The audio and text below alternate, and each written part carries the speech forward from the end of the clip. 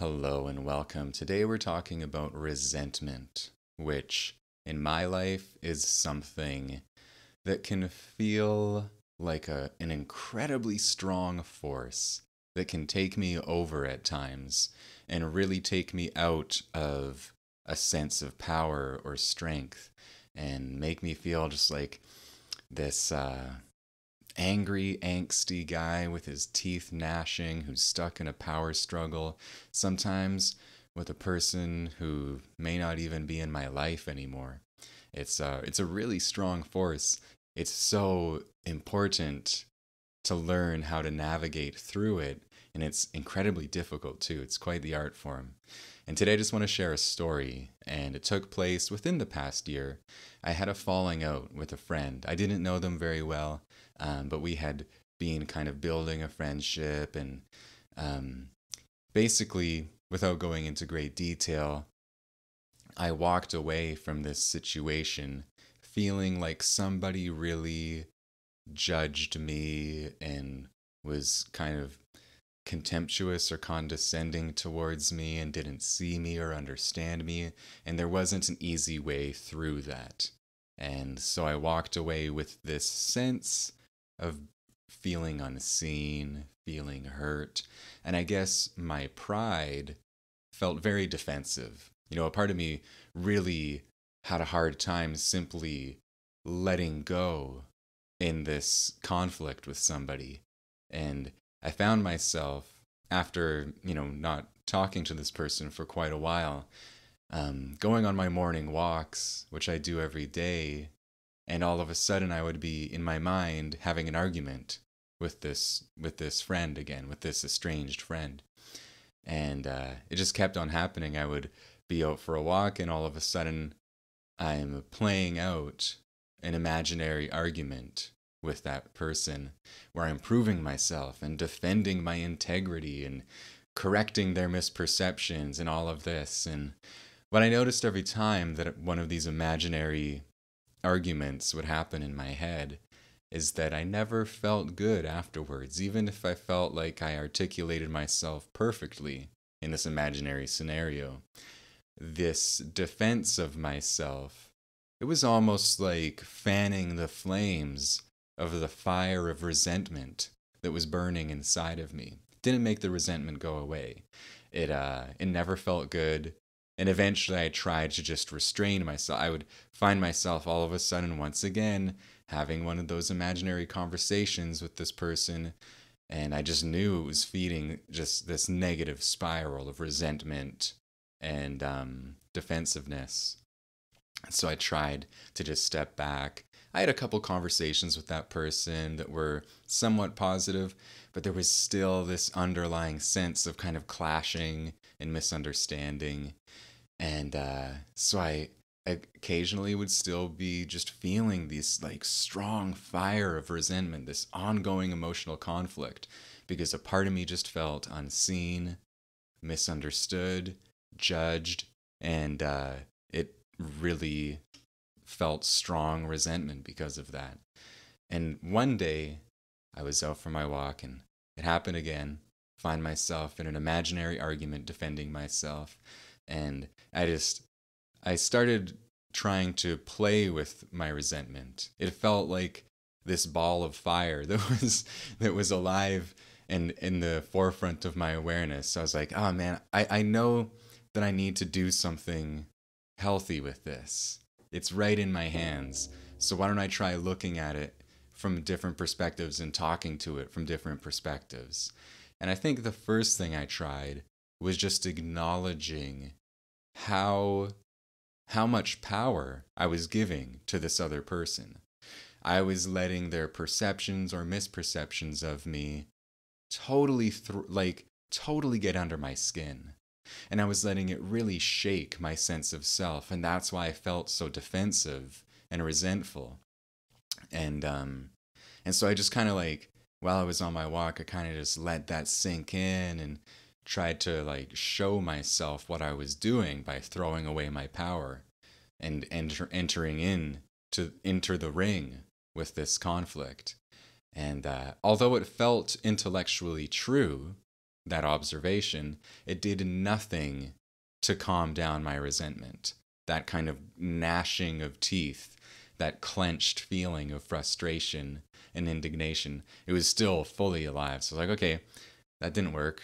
So I went on to another vantage point, so to speak. And I think probably the next thing I played with was just trying to accept that person for what they're feeling towards me and who they are, and just trying to give the kind of understanding and acceptance to them that I really wished I could have received out of that experience.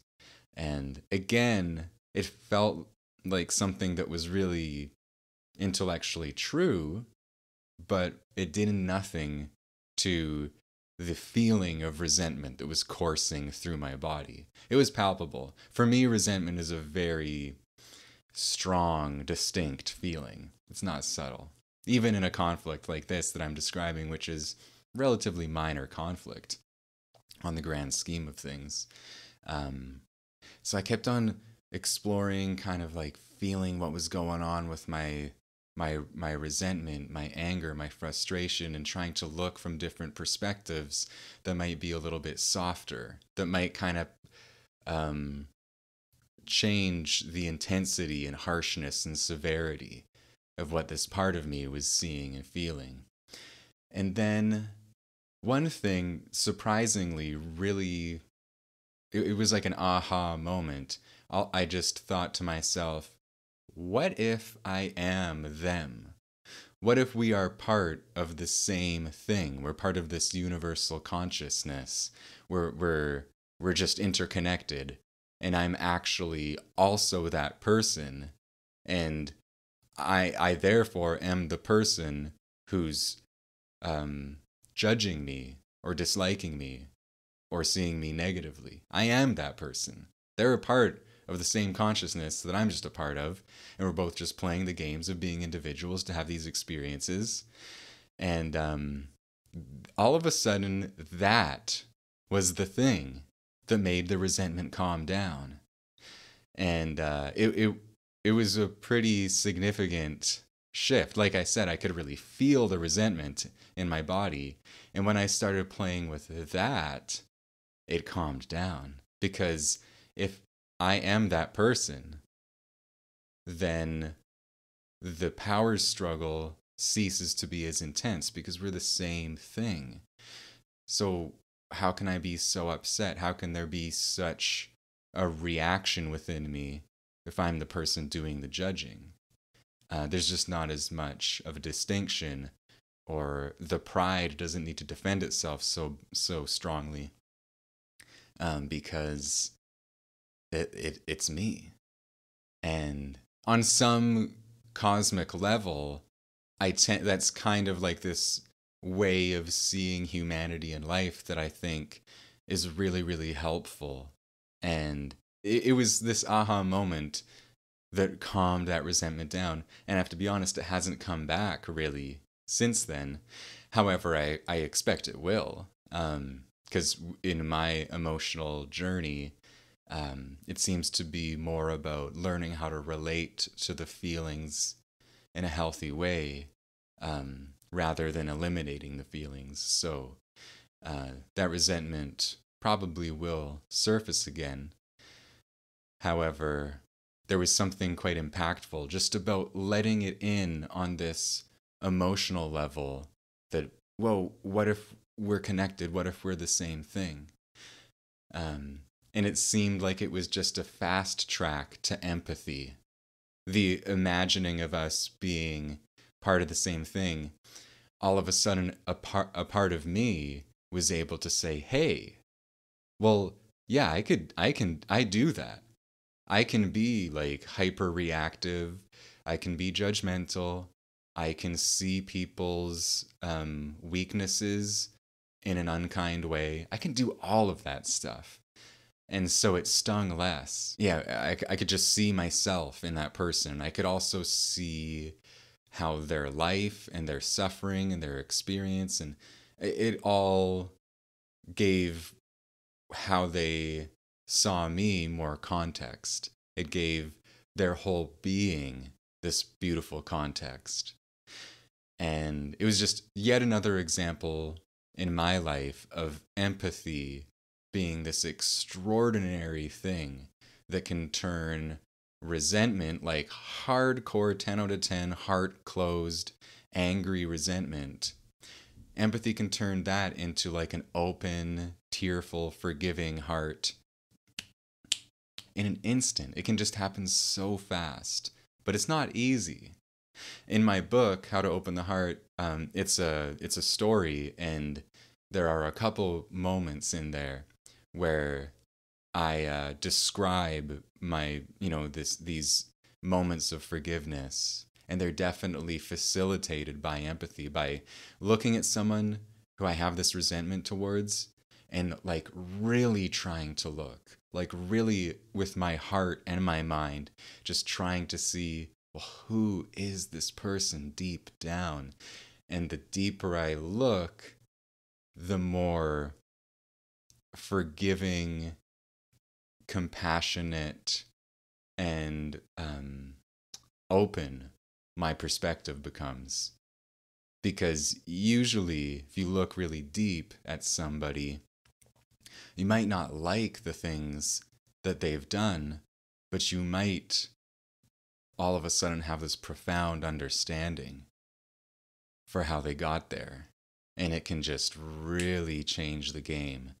And this story I just shared is just a really small example of that. And I happened to arrive at the empathy by looking at something from this kind of cosmic, esoteric perspective. And I think that was just a shortcut to empathy. It was just a way of me getting from a wall up anger, sense of separation, sense of someone being really mean and different and bad. All of a sudden I was able to just hop over that fence and be like, oh, we're not that different. Actually, we're really, really, really not that different. And although we're expressing ourselves and making choices that are really different, and I might not agree with your choices and I might want to step away from them, I can see it with understanding, and I can see it without entering into a power struggle from this perspective, from the empathy perspective. And to me, that's one of the most beautiful and important things about that result from stepping beyond my resentment, is that I can see others in a more loving, compassionate way and honor them in a better way. And I also get to get back into my power. I get to step out of a conflict, step out of the perspective of a child who's being oppressed, a child who's being done wrong, and step into the perspective of a grown man who has some emotional awareness, who understands life is hard for everybody. It just is. And we all process that differently. We all carry the weight of the world in a different way. And sometimes we all make mistakes and we trip.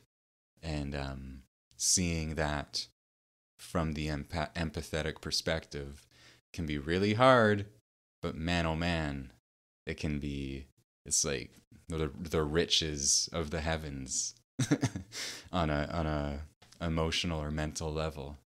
Anyhow, that's all I wanted to share today. I know that it's a complicated subject, and it's really, really, really fundamental and important for most of us, learning how to let go of resentment. And I'm still learning about this every day of my life.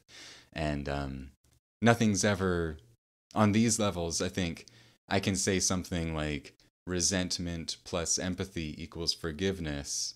And it's probably an oversimplification in a lot of cases. In some cases, in my experience, that's kind of the equation. However, empathy itself isn't an intellect, like feeling empathy, it's not just an intellectual or cerebral thing, it's also emotional. And that's why when I was having that kind of, in the story I shared, I would try certain things to get my empathy to open up, to get my resentment to soften. They just didn't work. And I think empathy and resentment and crossing the bridge between those two, even though it can seem simple intellectually, these are powerful forces, and it's not always easy. Anyhow, that's all. I just wanted to share that today.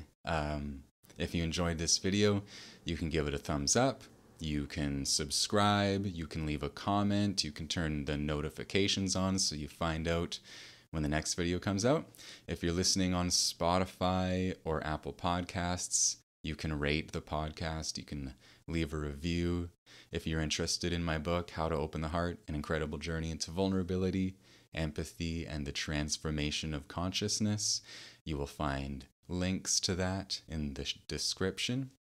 And until next time, I hope that you have a beautiful day.